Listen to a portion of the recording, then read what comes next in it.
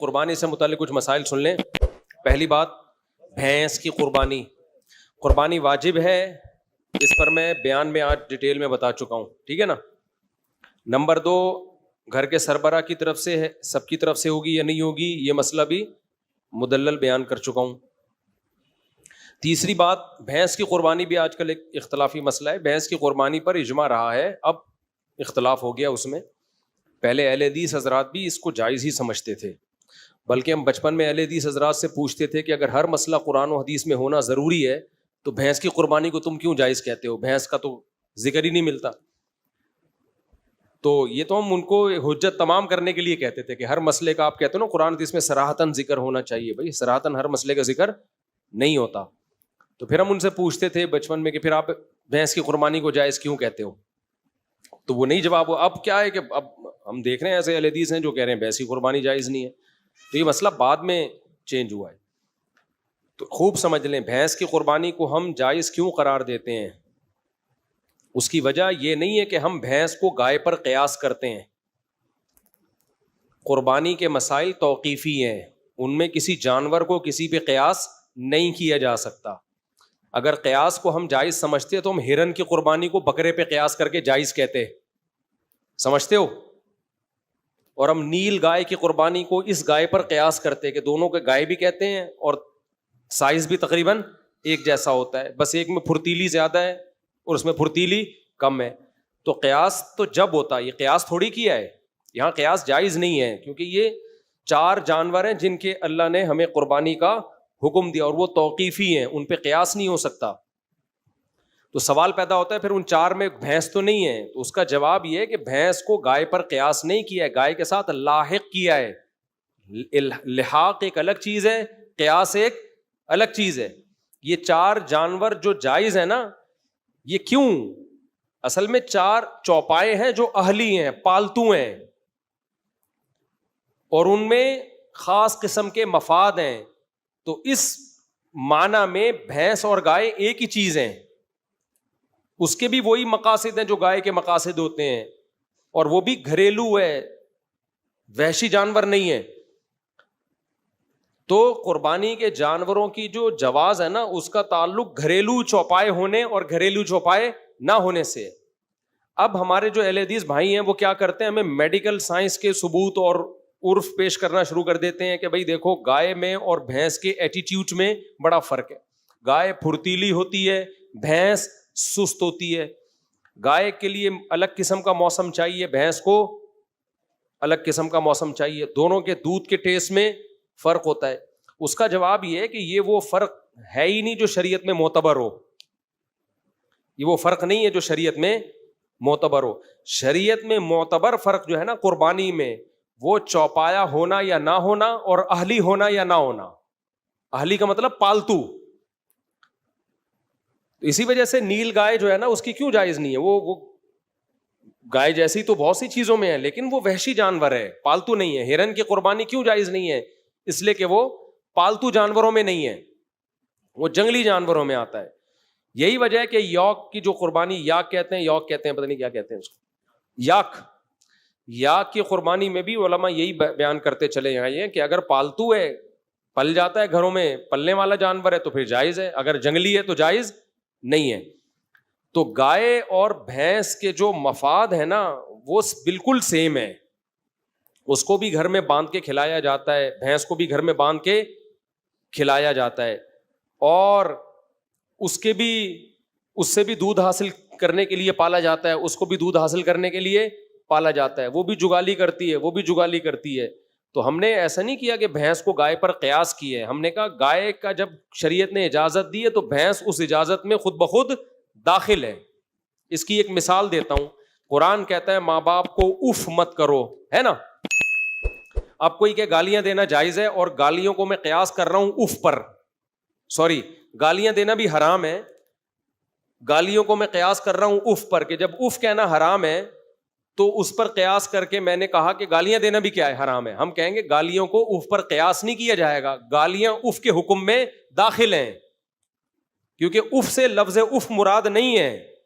If کا مطلب ہے تکلیف دینا. تکلیف میں گالیاں تو بطریق اولا داخل ہوں گی کہ نہیں ہوں گی؟ تو جب اسلام نے کہا نا یہ 4 جانور ہیں، تو یہ 4 جانور نہیں ہیں، ان جانوروں میں کچھ چیزیں قدرے مشترک ہیں، تو جو بھی ہوگی اس میں وہ یہی 4 میں ہی داخل ہوگا. وہ سمجھتے ہو؟ چاہے طور طریقوں میں فرق کی کیوں نہ ہو. اگر طور طریقوں میں فرق سے حکم تبدیل ہونا ہوتا تو پھر گایوں میں بڑا فرق ہوتا ہے. عرب میں جو گائے حلال تھی وہ پنجاب کی گائے ویسی ہے ہی نہیں بھائی. عربوں میں جب قرآن نازل ہوا، گائے ذبح کرنے کا حکم دیا، تو کون سی گائے تھی؟ وہ تو سعودی عرب کی گائے تھی نا، مکہ مدینہ کی گائے تھی. اس کو الگ موسم چاہیے، پنجاب کی گائے کو الگ موسم چاہیے، آسٹریلیا کی گائے کو الگ موسم چاہیے. سب کے دودھوں میں بڑا فرق ہے، سب کے لائف اسٹائل میں بہت فرق ہے. آسٹریلیا کی گائے عرب کی گرمی برداشت ہی نہیں کر سکتی ہے. ہماری بھینس تو برداشت کر لے گی لیکن آسٹریلیا کی گائے برداشت نہیں کر پائے گی. آسٹریلیا کی گائے میں دودھ زیادہ ہے، گائے کم ہے، اور ہماری گائے میں گائے زیادہ ہے، دودھ کم ہے. تو اتنے سارے اگر فرق کی وجہ سے حکم تبدیل ہوتا تو پھر تو بہت سارے فرق، خود گایوں میں بہت فرق ہے. آپ گلگت کی گائے کو دیکھو، اتنی سی ہوتی ہے، جتنا مرضی کھلا دو اس سے زیادہ قد نہیں بڑھے گا، جتنا مرضی کھلا لو. اور وہ پہاڑوں پہ چڑھ کے نا ان کے مسل بہت مضبوط ہو جاتے ہیں. یہ والی گائے یہ اسپیڈ بریکر پہ نہیں کراس کر سکتی، یہ پہاڑ پہ کہاں سے چڑھے گی؟ تو اگر دونوں کے ایٹیٹیوڈ میں فرق شریعت میں معتبر ہے تو گائے اور بھینس میں اتنا فرق نہیں ہے. پنجاب کی گائے اور پنجاب کی بھینس میں جتنے عرب کی گائے اور گلگت کی گائے میں فرق ہے، آسٹریلیا کی گائے اور انڈا موڑ کی گائے میں فرق ہے، بہت فرق ہے. ان کے طور طریقوں میں، ان کے لائف اسٹائل میں، دودھ کی کوالٹی میں بڑا فرق ہے، سمجھتے ہو؟ لیکن یہ فرق شریعت میں معتبر نہیں ہے، کیونکہ وہ بھی باندھ کے کھلایا جانے والا جانور ہے، اہلی ہے، یہ بھی پالنے والا جانور ہے. تو اس لیے چوپایا ہو پالتو ہو، یہ ہے اصل. یہی وجہ ہے کہ شریعت نے ہمیں کہا نا دمبئی کی قربانی حلال ہے، تو اس میں چکی والا بھی آ گیا، بھیڑ بھی آ گیا. حالانکہ دونوں میں بہت فرق ہے، لیکن فائدے سب کے کیا ہیں؟ چکی ہونے نہ ہونے سے وہ چوپایوں کی فہرست سے بھی نہیں نکلے اور پالتو ہونے کی فہرست سے بھی نہیں نکلے. حالانکہ چکی والا دمبا اور بغیر چکی والا، پنجاب کا کجلا اور کراچی کا دمبا بہت زمین آسمان کا فرق ہے. اس میں کجلا بالکل ہی ایک الگ چیز ہے، اینکی اور بغیر اینکی بڑے فرق ہیں، قیمتوں میں بڑا فرق ہے، گوشت کے ذائقوں میں بڑا فرق ہے. لیکن کیا ہے؟ چوپائے سب ہیں اور پالتو سب ہیں. تو یہ فرق شریعت نے معتبر نہیں. عربوں میں جو دمبے ہوتے تھے ہو سکتا ہے وہ پنجاب میں ہوتے ہی نہ ہو، وہ والے دمبے اب ہو گئے ہوں، پہلے نہ ہوتے ہوں. لیکن جب دمبا ہے تو چوپایا ہے اور گھریلو ہے، تو پھر ان فرق کا شریعت میں اعتبار نہیں ہے. اس لیے ہمارے نزدیک بالکل وہی گائے کی بھینس کی قربانی میں اجر ہے جو گائے کی قربانی میں اجر ہے.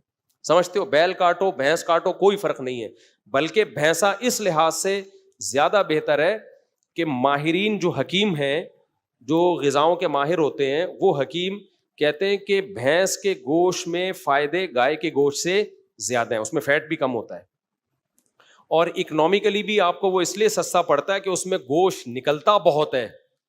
سمجھتے ہو؟ کٹا جو ہے نا، کٹے کو تو بولتے ہی، کسی موٹے آدمی کو کٹا تو بولتے ہیں، بھینسا ہی تو بولتے ہیں اس کو. تو اس میں گوشت بھی زیادہ ہے، اس کے گوشت میں بادی پن بھی کم ہے. جو ماہر حکیم ہے وہ بولتے ہیں گائے دودھ کا پیو، گوشت بھینس کا کھاؤ.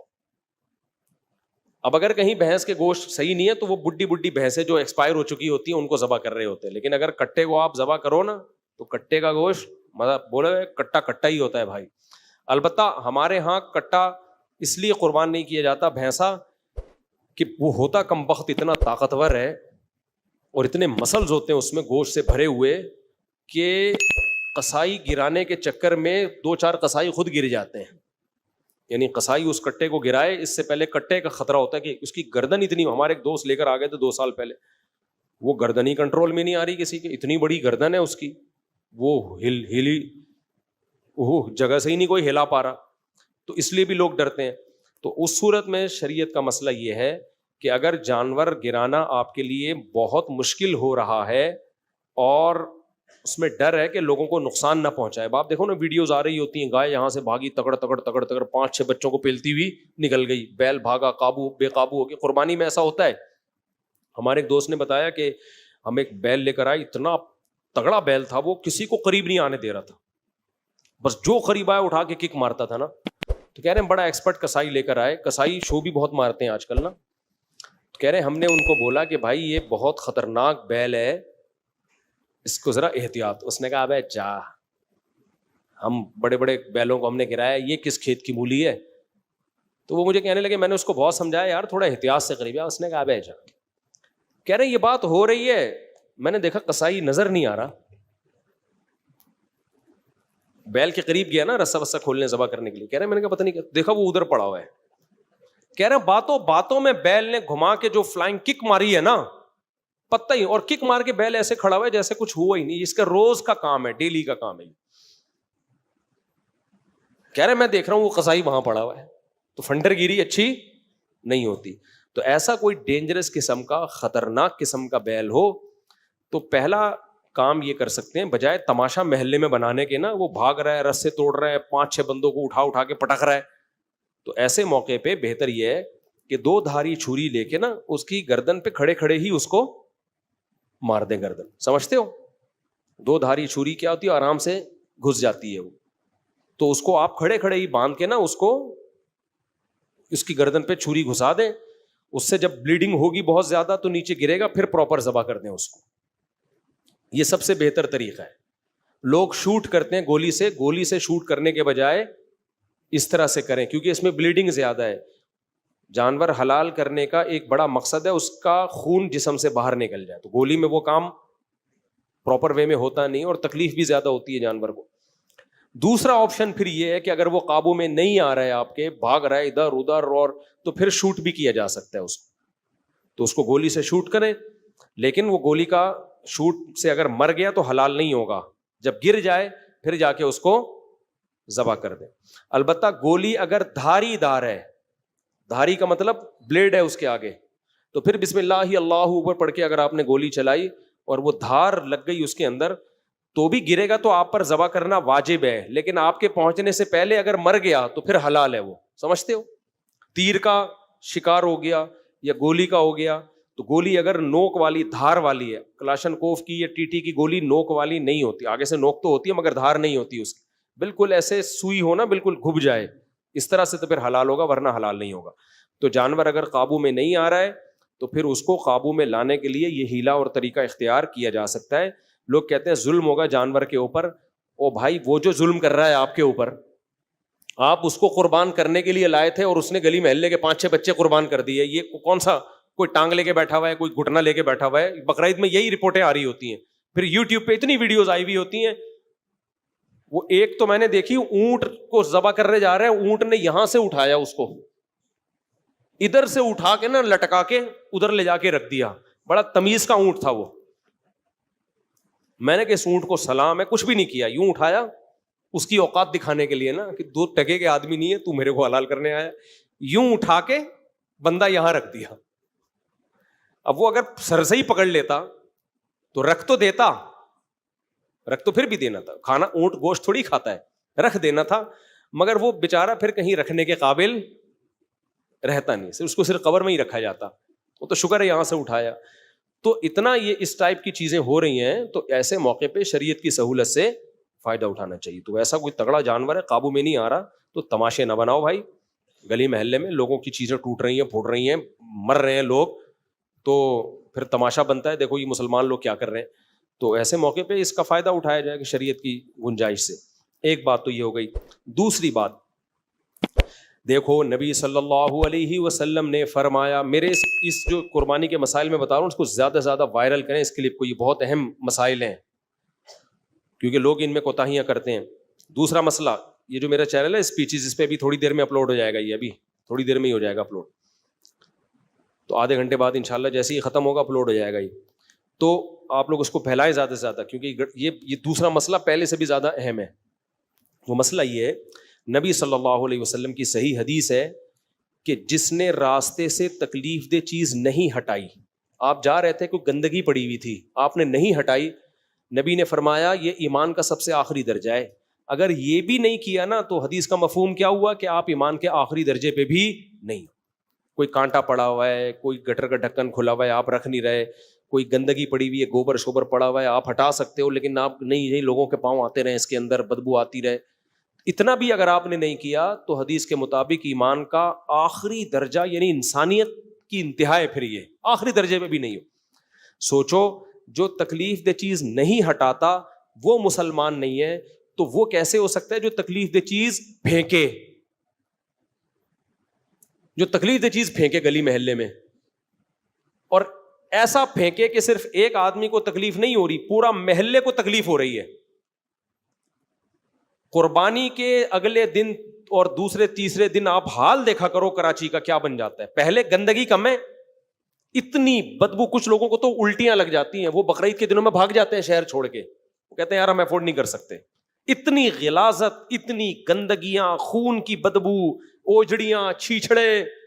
کووں کے بلیوں کی عید ہوتی ہے اصل میں، انسانوں کی نہیں ہوتی، اتنی گندگی. او بھائی جب آپ جانور لے کر آئے ہو، اس کو ذبح کر کے اس کی آلائش کو ایک کسی ٹھکانے لگانا یہ بھی آپ کی ذمہ داری ہے.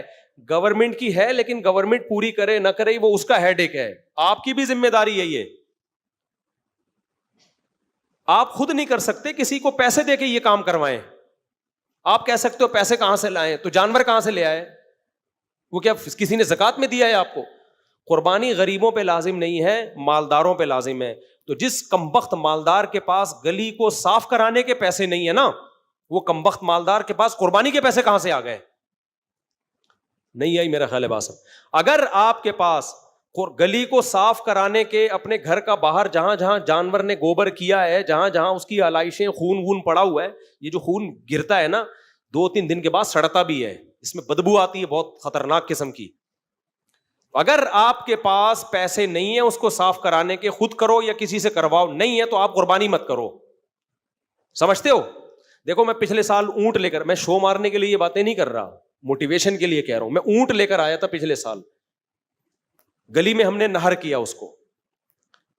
اب جب میں نے نہر کیا ہے، میں نے قصائی سے بولا تھا کہ ایک بوٹی بھی، ایک چھیچڑا، ایک خون کا نشان بھی مجھے گلی میں نظر آیا نا 2 گھنٹے کے بعد، ایسی کی تیسی.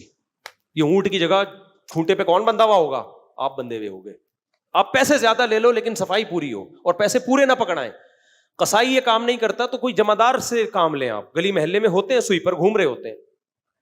ہم نے، مجھے یاد ہے قصائی سے نہیں کسی سویپر سے کام لیا تھا، قصائی تو کر کے چلا گیا. تو ہم نے جب گوشت ووشت تقسیم کر دیا، اس کے بعد میں نے سویپر سے کہا ٹائم بتا کتنا ٹائم لے گا، کیونکہ سویپر کیا کرتے ہیں، کچھ پڑا ہوا ہے کچھ نہیں پڑا ہوا. سر وہ میں کل آ کے کر دوں گا، پرسوں آ کے کر. جو ٹائم باؤنڈ کام نہیں ہوتا نا وہ کبھی بھی نہیں ہوتا. اس سے ہم نے مضبوط ایگریمنٹ لیا. میں نے کہا تیرے 1500 بنتے ہیں، میں تجھے 3000 روپے دوں گا. جب آپ اتنا بڑا اونٹ لے کر آئے ہو تو آپ پیسے بھی تو دے سکتے ہو نا. میں نے کہا میں تجھے 1.5، وہ کہہ رہا تھا 1500 دے دو. میں نے کہا 1.5 نہیں، ہم تمہیں کتنے دیں گے؟ بولو 3000. کنجوسی جو ہے نا بری چیز ہے.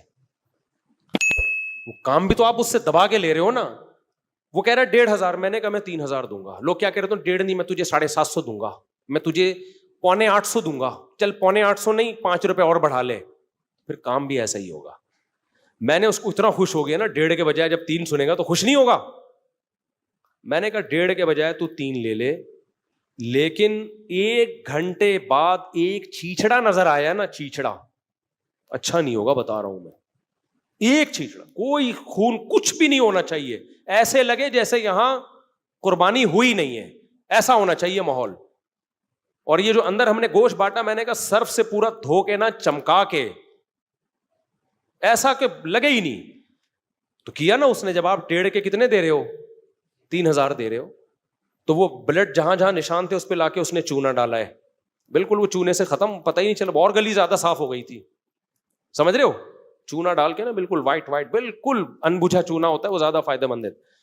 تو اونٹ ذبح کیا ہے، اور 2 گھنٹے کے بعد لگتا ہی نہیں تھا کہ اس گلی میں کوئی جانور کبھی ذبح ہوا.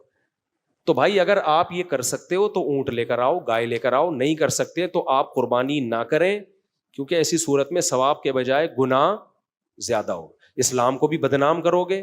کوئی گورا آ جائے ہمارے ملک میں بقرعید کے تیسرے دن، اور اوجڑیاں اور چیچڑے اور غلاظتیں اور کھوپڑیوں میں گھسے ہوئے کیڑے جو نہیں جانوروں کی کھوپڑیاں کچرا کنڈی پہ پڑی ہوئی ہوتی ہیں, اس میں کیڑے اور مطاف مکھیاں. وہ کہے گا یار یہ تمہارے باپ ابراہیم کی سنت ہے, جو تم کہتے ہو ہمارے باپ ابراہیم علیہ السلام کی, یہ گندگی ہے تمہارے مذہب میں, تم ویسے تقریریں کرتے پھرتے ہو کہ صفائی نصف ایمان ہے. تو گورنمنٹ بھی کبھی کی بھی ذمہ داری ہے, وہ پوری کرے نہ کرے, یہ میری اور آپ کی ذمہ داری ہے کہ ہم نے جب جانور کرنا ہے تو اس کو نام و نشان وہاں سے ختم کرنا ہے. سمجھتے ہو, یہ ہر شخص جب یہ اہتمام کرے گا تو گندگی نہیں ہوگی. تو باقی گورنمنٹ کو چاہیے کہ بھائی لوگوں کو کچھ ٹھیکہ دے دے, گڑھے کھدوا دیں میدانوں میں, تاکہ یہ اوجڑی آلائشیں ان میں دفن کریں, تو یہ زمین بڑی زرخیز ہو جائے گی. میں آپ کو بتاؤں, گورے کے پاس یہ پیکج ہوتا ہے نا قربانیوں کا, تو آپ دیکھتے وہ اپنی زمینوں کو کتنا زرخیز کر لیتی. جو اوجڑی ہے نا, یہ زمین کے لیے انتہائی بہترین کھاد ہے. یہ اگر ہم اس اوجڑی کو زمینوں میں دفن کرنا شروع کر دیں, یہ اتنی زبردست کھاد ہے, یہ گوبر سے اچھی کھاد ہے یہ, لیکن وہ سب ضائع ہوتا ہے. کسی چیز کو ٹھکانے, چائنا میں آپ ایک بوتل پھینکے نا پانی کی, فوراً کوئی اٹھا کے ریسائکل کے لیے لے جائے گا اس کو. وہ بوتلوں کی قدر کر رہے ہیں, حالانکہ ارب پتی ملک ہے وہ, اور ہم غریب ملک ہیں. ہم اوجڑیوں کو ٹھکانے نہیں لگا رہے, جس سے ہم اپنی زمین کو کس قدر زرخیز بنا سکتے ہیں. پھر ان کی اس سے دوائیاں بنتی ہیں, اوجڑی کی جو کھال ہے اس سے میڈیسن بنتی ہے. پہلے تو بکتی تھی یہ اوجڑیاں. تو گورنمنٹ تو اگر چاہے تو بہت کچھ کر سکتی ہے, لیکن گورنمنٹ اپنی ذمہ داری پوری نہ کرے, ہمیں کرے نہ کرے وہ اس کا ہیڈ ایک ہے. ہم تو اپنی ذمہ داری پوری کریں نا.